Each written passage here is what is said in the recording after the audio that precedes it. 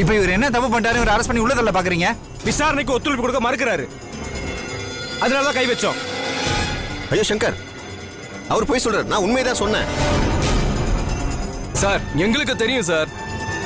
இவங்க பாஷையில ஒத்துழைக்கிறதுனா என்ன தெரியுங்களா? உங்களை கொலைகாரன்னு ஒத்துக்க வைக்கிறது. அப்படி நீங்க ஒத்துக்கிட்டா அவங்க மேலதிகாரிங்க கிட்ட கேஸ சீக்கிரமா முடிச்சிட்டு நல்ல பேரை வாங்கணும் இல்லையா? அதுக்காக நல்லவன் கெட்டவன் எவனையும் பாக்குறது இல்ல.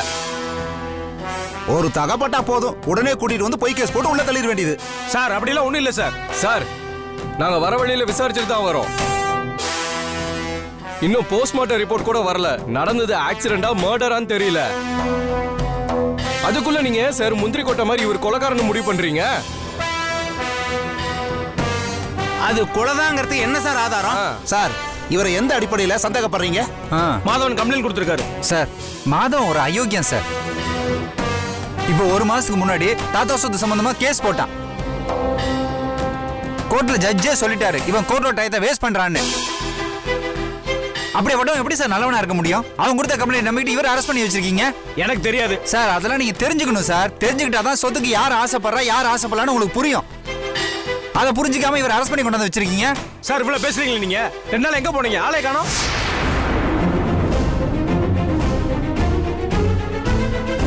காஞ்சிபுரத்துல எங்க அக்காவோட வளகாப்பு சார். அதுல நான் இருந்தேன். அது முந்தா நாளே முடிஞ்சு போச்சு. அதுக்கப்புறம் உங்களை காணோமே.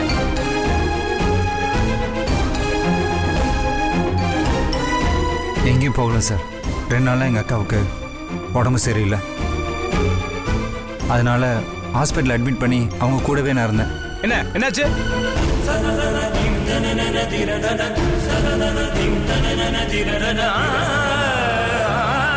சொல்லுங்க சார்.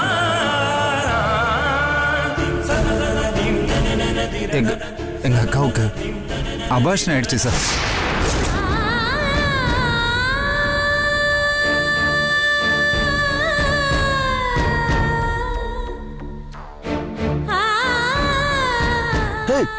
சங்கர், என்னப்பா சொல்ற?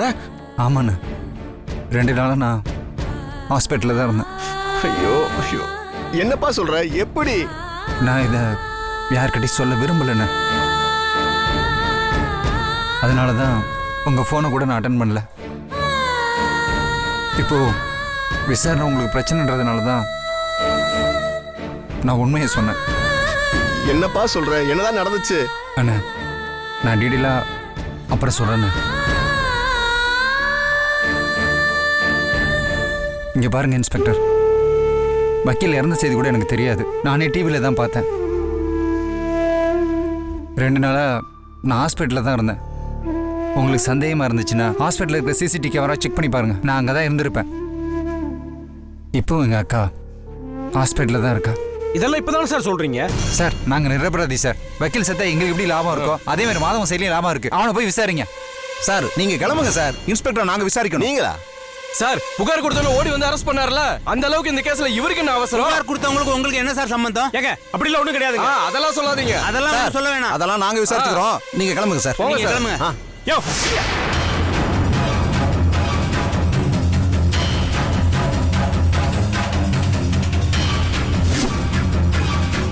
ஏன்பா இருப்பா?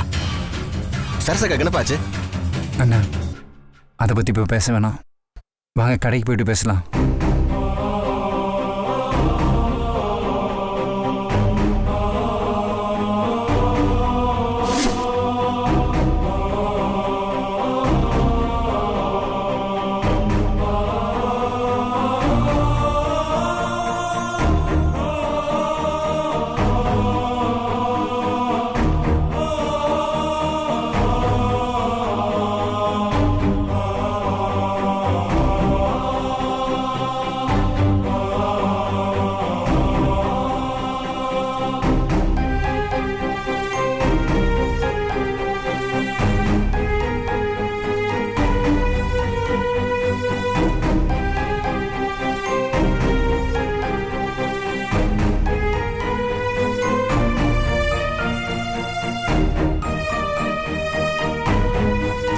சங்கர், அல்லாதப்பா. முடியலண்ணா. என்னப்பா இது? கேட்கவே அதிர்ச்சியாவும் நம்ப முடியாம இருக்கு. வளகாப்புல சரசக்கா அவ்வளோ லட்சுமிகரமா நிறமாச கர்ப்பிணியா நின்னது இன்னும் அப்படியே என் கண்ணுக்குள்ளே நிக்குதேப்பா. ச்சே, அபாஷன் அது இதுன்னு என்னமோ சொல்றியே, என்னப்பா கொடுமை இது. ஏன்பா என்கிட்டயாச்சும் ஒரு வார்த்தை முன்னாடியே சொல்லிருக்கலாம்ல. அண்ணா, சாரி எடுக்க போகும்போது அந்த கடையில் படியிலேருந்து தடுமாறி விழுந்துட்டேன். உடனே நான் ஹாஸ்பிட்டலுக்கு கூட்டிகிட்டு போனேன். ஆனால் டாக்டர் சொல்லிட்டாங்க இன்னும் 24 மணி நேரத்துக்கு மேலே தாங்காது அப்படின்னு. எல்லாருக்கும் சொல்லியாச்சுண்ணே வளையாப்புன்னு. அப்புறம் எப்படி நான் வளையாப்பு நிறுத்த முடியும்? உண்மையிலே மனசுக்கு ரொம்ப வேதனையா இருக்குப்பா. இப்படி ஒரு நிலைமை யாருக்கும் வரக்கூடாது. ஏன்பா என்கிட்டயாச்சும் ஒரு வார்த்தை சொல்லியிருக்கலாம்ல. தப்பா எடுத்துக்காதீங்கண்ணா. ஒருத்தருக்கு சொன்ன இன்னொருத்தருக்கு தெரியும். இப்படி எல்லாருக்கும் தெரிஞ்சிச்சுன்னா வளையாப்பை விட இழகு வீடாயிடும்ண்ணே. அதனால தான் நான் சொல்லல. அட்லீஸ்ட் மாமா கிட்டயாவது சொல்லலான்னு தான் நான் வீட்டுக்கு போனேன். போன இடத்துல பொறுக்க குழந்தைக்கு தொட்டில் வாங்கி வச்சிருந்தாருண்ணே.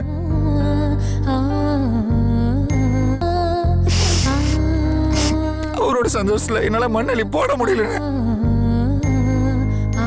அதனாலதான் பழைய ஃபங்க்ஷன் முடிகிற வரைய நான் யாருக்கிட்டையுமே சொல்லல. நானும் அக்காவை மனசுக்குள்ளேயே வச்சுக்கிட்டு அழுது நொந்து போயிட்டேன்னு.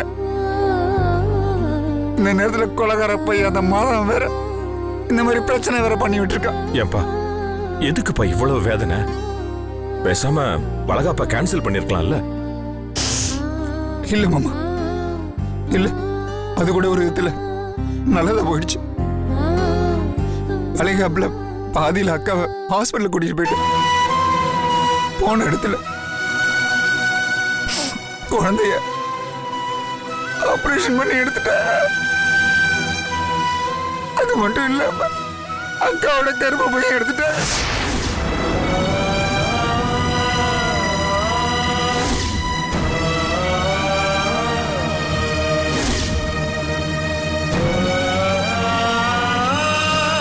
சங்கர், என்னப்பா சொல்ற? அக்காவுக்கு இனிமே குழந்தை பிறக்காது. இந்த வளையாப்பு ஃபங்க்ஷன் அவ வாழ்க்கையில ஒரு ஞாபகத்தை மறந்துட்டு போட்டு ஒரு தம்பி அவளுக்கு நான் என்ன நல்லது செஞ்சேன்னு எனக்கு தெரியாது. ஆனா இப்ப ஒரு காரியம் பண்ணியிருக்கேன் பாத்தீங்களா, அது ரொம்ப புண்ணியமான காரியம். அந்த குழந்தை வயித்துல இருக்கும்போது அவ என்கிட்ட சொன்ன, இந்த குழந்தை உயிரோட இருக்குமா இல்ல செத்துருமான்னு எனக்கு தெரியாதுடா. அதனால இந்த வளையாப்பு ஃபங்க்ஷனை நல்லபடியா நடத்திடணும். உள்ள இருக்கிற அந்த குழந்தைக்கு நான் கொடுக்குற கடைசி, நான் பண்ற கடைசி சடங்கா இதுவா இருக்கட்டும்னு என்கிட்ட சொன்ன மாமா. அதுதான் என்னால தாங்கிக்கவே முடியல.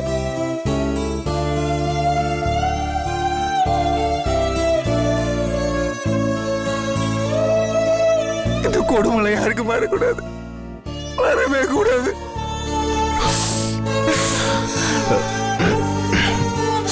அழுகாதப்பா. இல்லண்ணா, என்னால இதை கண்ட்ரோல் பண்ண முடியலண்ணா. ஒரு சின்ன விஷயமா இதை எடுத்துக்க முடியலண்ணா. அனுபவிச்சா தானே அந்த வழி புரியும். இதெல்லாம் கூட பரவாயில்லண்ணா. ஆனா இந்த விஷயத்த மாமா கிட்ட சொல்லாம பண்ணிட்டானே, அதானே எனக்கு குற்ற உணர்வா இருக்கு. என்னப்பா என்ன பேச்சு பேசுற நீ? இவ்வளவு சோகத்தையும் வேதனையையும் நீயும் உங்க அக்காவும் தாங்கியிருக்கீங்க. உங்களை யார்ப்பா தப்பு சொல்ல முடியும்? இப்படி ஒரு அக்கா தம்பி பாசத்தை நான் பார்த்ததும் இல்லை, இதுவரையும் கேள்விப்பட்டதும் இல்லப்பா. உங்க 2 பேரையும் கையெடுத்து கும்பிடணும்னு தோணுது. அண்ணா, எனக்கு இந்த ஊர் உலகத்தை பத்தி எல்லாம் கவலை இல்லை. யாரு வேணா என்ன வேணான்னு சொல்லிட்டு போகட்டும். அண்ணா, இவ்வளவு பெரிய சம்பவம் நடந்திருக்கு. இதை நான் சுபமாமாட்ட சொல்லாம மறைச்சிட்டேன்ல. அதை நினைக்கும் போது எனக்கு ரொம்ப வேதனையா இருக்கு. ஏற்கனவே அவரு நானும் எண்ணெயும் தண்ணியுமா இருக்கும். இப்பன்னு பார்த்து அந்த மாதம் வேற தீக்குச்சியை தூக்கி போடுறான். ஐயோ கடவுளே, அந்த கோவத்தை என் மேல காட்டி நான் அடி அடிச்சா கூட பரவாயில்லண்ணே. ஆனா எங்க அக்காவை அவர் வெறுத்து ஒதுக்கிடக்கூடாதுன்னு அதை நினைக்கும் போதுதான் மனசுக்கு ரொம்ப கஷ்டமா இருக்கு. அப்படியெல்லாம் ஒன்றும் ஆகாதுப்பா. நம்ம நல்லது செஞ்சிருக்கோம், நல்லதே தான் நடக்கும். அண்ணா, எனக்கு நீங்க ஒரே ஒரு சத்தியம் பண்ணி கொடுப்பீங்களாண்ணே? என்னப்பா? இல்ல, ஏன்னா எங்க அக்காவுக்கு இனிமேல் குழந்தை பிறக்காதுன்னு தெரிஞ்சு மாமா அவளை வெறுத்து ஒதுக்கிட்டாருன்னா அதனாலதான் கேக்குறேன். நீங்க அக்காவையும் மாமாவையும் சேர்த்து வைப்பீங்களா? நான் முடிஞ்ச வரைய ட்ரை பண்றேன்னு. முடியலன்னா நீங்க எனக்கு துணையா இருந்து சேர்த்து வைக்கணும். செய்வீங்களா? ஏன்பா இதை நீ எனக்கு சொல்லணுமா? நான் அக்கா தங்கச்சிங்களோட பிறக்கல, ஆனா சரசக்காவை என் அக்கா ஸ்தானத்துல வச்சிருக்கேன், ரேகாவை என் தங்கச்சி ஸ்தானத்துல வச்சிருக்கேன். அவங்க 2 பேருக்கும் எந்த கஷ்டம் வந்தாலும் சரிப்பா, உங்க யாரையும் நான் எதிர்பார்க்க மாட்டேன். முத ஆளா உதவி செய்ய நான் போய் அங்க நிப்பேன். அப்படி நிக்கலனா நான் செத்து போயிட்டு அர்த்தம்பா. அண்ணா, நான் அண்ணன் தம்பி கூட எல்லாம் பிறக்கலண்ணே. உங்களை என் சொந்த அண்ணன் நான் நினைக்கிறேன். நீங்க இப்ப சொன்ன வார்த்தை எனக்கு அவ்வளவு ஆறுதலா இருக்கு. என்னென்ன கொடுமை இது! எங்க அக்கா மாதிரி ஒரு சராசரி பொண்ணுக்கு என்ன ஆசை தெரியுமாண்ணே? ஒரு கல்யாணம் பண்ணிக்கணும், 10 மாசத்துல குடும்பமே பாராட்டுற மாதிரி ஒரு அழகான குழந்தைய பெத்து கொடுக்கணும். அதுதான் அவங்களோட பெரிய சாதனை மாதிரி. அந்த கனவை போய் இந்த கடவுள் அடிச்சு சுக்குநூறு ஆக்கிட்டாருன்னு அதை நினைக்கும் போதுதான் எனக்கு வேதனையா இருக்குன்னு. எங்க அக்கா ஒரு வாயில்லாத பூச்சுன்னு அவளுக்கு போய் இந்த கடவுள் இவ்வளவு பெரிய தண்டனை கொடுக்கணுமா? கெட்டவங்க எல்லாம் நல்லா தானே வாழ்ந்துட்டு இருக்காங்க. அந்த மாதவனை எடுத்துக்கங்க, வெளிப்படையா ஆசைப்படுறான், பேர ஆசைப்படுறான், அடுத்தவங்களை அழிக்கணும்னு ஆசைப்படுறான், அவன் நல்லா இருக்கான். இந்த கவிதா நிமிஷத்துக்கு நிமிஷம் தப்பு பண்றா, அவன் நல்லா தானே இருக்கா? தப்பு பண்றவங்க எல்லாரும் நல்லா இருக்காங்க. எங்க அக்கா நல்லவ, அவளுக்கு மட்டும் ஏன் ஆண்டவன் இவ்வளவு சோதனை கொடுக்குறா? அதான் எனக்கு புரியல. ஏன் அந்த ஆண்டவனுக்கு பிடிக்கலன்னா அந்த சோதனை எனக்கு கொடுக்க வேண்டியதானே? நான் எப்பவும் சாக வேண்டியவன, சுத்திட்டு போறேன். என் அக்கா ஒரு சின்ன உலகத்துல வாழ்ந்துட்டு இருக்கானே, அவளுக்கு போய் இவ்வளவு பெரிய தண்டனை நினைக்கும் போதுதான் என்னால தாங்க முடியலண்ணே. ஏதாவது கோயிலுக்கு போய் அழுவான்னு நினைச்சேன். அங்கெல்லாம் போனா எனக்கு ஆறுதல் கிடைக்காது.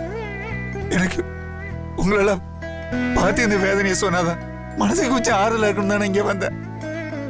அண்ணன் கொஞ்ச நேரம் இப்படி உட்காந்துக்கிறேன்னு.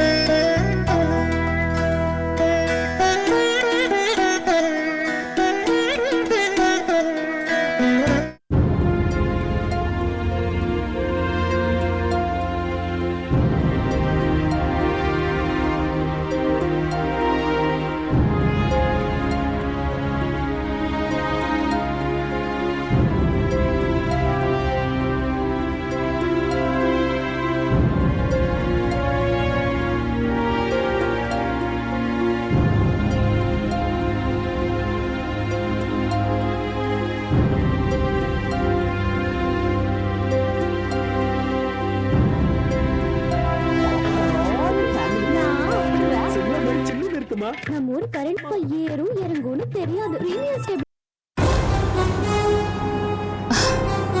என்ன மாமா நீங்க உங்க வீட்ல இருந்தா உங்களுக்கு மனசு கஷ்டமா இருக்கும், அதே நினைச்சு சோகமா இருப்பீங்கன்னு தானே ஏன் வீட்டுக்கு கூட்டிட்டு வந்தேன். இங்கேயும் வந்து இப்படி இருந்தா எப்படி? எனக்கு ஒண்ணுமே பிடிக்கல கவிதா, அப்படியே பைத்தியம் பிடிக்கிற மாதிரி இருக்கு. எல்லார் குடும்பத்திலயும் ஏதாவது ஒரு பிரச்சனை இருக்கத்தான் செய்யும். கொஞ்ச நாள் ஆனா எல்லாம் சரியாயிடும். ஒரு தடவை 2 தடவைனா பரவாயில்லைங்க, இந்த மாதிரி பல தடவை நடந்து போச்சு. இந்த ஃபங்க்ஷனுக்கு மாதவன் கூப்பிடவே கூடாதுன்னு நினைச்சேன். அம்மாவும் சரஸ்வம் தான் என்னை கட்டாயப்படுத்தி அவனை கூட்டிட்டு வர வச்சுட்டாங்க. அதுக்குண்டான விலையை நான் கொடுத்துட்டேன். மண்டபத்துல எங்க ஆபீஸ் ஸ்டாஃப் முன்னால, அங்க வந்திருந்தவங்க முன்னால எவ்வளவு அவமானப்படுத்தி பேசிட்டான். நான் எப்படி எங்க ஆபீஸ்க்கு போவேன், அவங்க மூஞ்சில எப்படி முழிப்பேன்? பெரிய மன உளைச்சலா இருக்குங்க. என்ன பண்றது? அடுத்த வீட்டுக்காரனா இருந்தா அடிச்சு விரட்டிடலாம். கூட பிறந்தவனாச்சே, சகிச்சுக்க தான் வேணும். உங்களுக்கு உங்க தம்பி குடைச்சல், எனக்கு என் அண்ணன் குடைச்சல். எல்லார் குடும்பத்திலையும் இப்படி ஒரு திருஷ்டி பரிகாரம் வந்து பிறக்குது. என்ன பண்றது? எனக்கு யோசிக்க யோசிக்க மண்டையெல்லாம் வலிக்குதுங்க. நெஞ்சி வலிக்கிற மாதிரி இருக்கு. இந்த பாரத்தை நான் எப்படி இறக்கி வைக்க போறேன்னு தெரியலங்க. ஐயோ, ரொம்ப ஃபீல் பண்றீங்களே. எங்கேயாவது வெளியில போயிட்டு வரலாமா? வேணாங்க, நான் எங்கேயும் வெளியே வரல. எனக்கு யாரையும் பார்க்க பிடிக்கல, எதையும் பார்க்க பிடிக்கல. இப்படியே தனிமையில் இருந்து என்ன மறந்து இருந்தாதான் இது எல்லாத்தையும் மறக்க முடியும். அதுக்கு உங்கள்கிட்ட தூக்க மாத்திரை இருக்குமா? தூக்க மாத்திரையா? ஆமாங்க, ஒரு 10-15 மாத்திரையை போட்டுட்டு தூங்கிட்ட எப்படி இருக்கும்? ஐயோ, என்ன விளையாடுறீங்களா? இல்லைங்க, உண்மையை தான் சொல்றேன். ஒரு இடையே தூங்கிடலான்னு பாக்குறேன். ஏன் இப்படி எல்லாம் பேசுறீங்க? ஏன் இப்படி எல்லாம் நினைக்கிறீங்க? அப்புறம் சரசுக்கும் அவ வயித்துல வளர உங்க குழந்தைக்கும் யார் பொறுப்பு? யார் பாத்துக்குவாங்க? அந்த குழந்தை மேல நீங்க உயிரையே வச்சிருக்கீங்க. அதுக்கு ஏதாவது ஒண்ணு ஆயிடுச்சுன்னா? ஐயோ, அந்த மாதிரிலாம் எதுவும் பேசாதீங்க. பாத்தீங்களா, இப்படி சொன்னதையே உங்களால தாங்கிக்க முடியலையே. அந்த குழந்தை மேல நீங்க அவ்வளவு ஆசை வச்சிருக்கீங்க. அதை விட்டுட்டு நீங்க எப்படி போவீங்க? ஆமாங்க, குழந்தைன்னா எனக்கு உயிர்.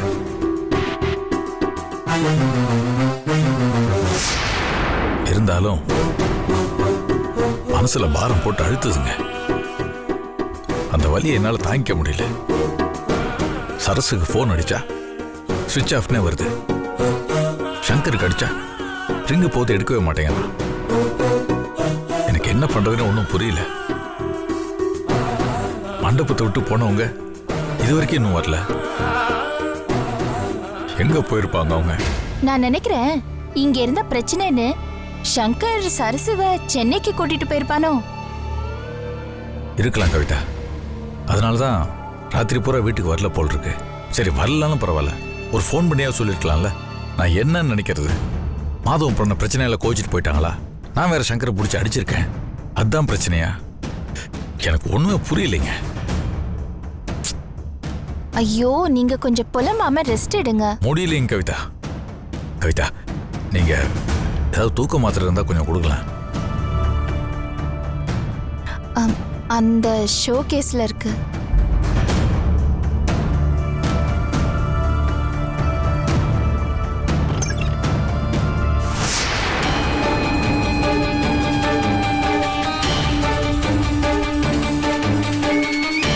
என்னங்க இது ட்ரிங்க்ஸ் பாட்டில் இங்க இருக்கு?